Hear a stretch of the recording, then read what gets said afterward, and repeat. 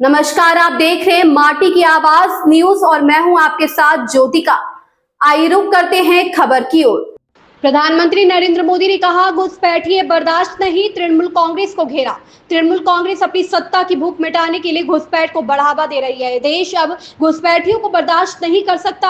हम उन्हें भारत में रहने नहीं देंगे। सुनिश्चित करने के लिए कि घुसपैठिए बंगाल और देश छोड़कर चले जाएं, तृणमूल सरकार को जाना होगा। केवल आपका वोट ही घुसपैठियों को देश से बाहर खदेड़ना सुनिश्चित कर सकता है। ये लोग बंगाल की डेमोग्राफी बदल रहे हैं। मुझे आश्चर्य है कि तृणमूल और कांग्रेस समेत कुछ राजनीतिक दल तुष्टीकरण की राजनीति के आगे झुक गए हैं।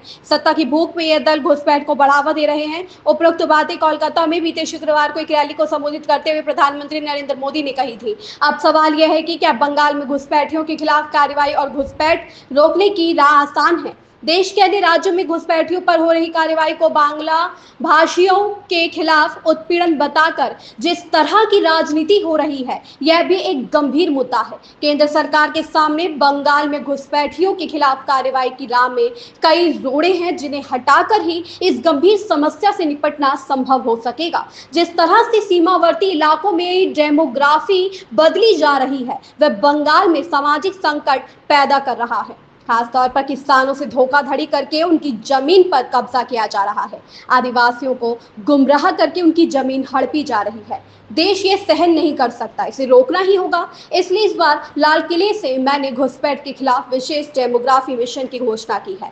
पीएम मोदी ने जो बातें कही हैं, इसमें उनकी चिंता झलक रही है। लेकिन तृणमूल कांग्रेस के नेता घुसपैठ को केंद्रीय गृह मंत्रालय की नाकामी बताकर केंद्र सरकार को जिस तरह से कटघरे में खड़ा करने की कोशिश में है, वह यह बताने को काफी है कि इस मुद्दे पर उनका सोच क्या है।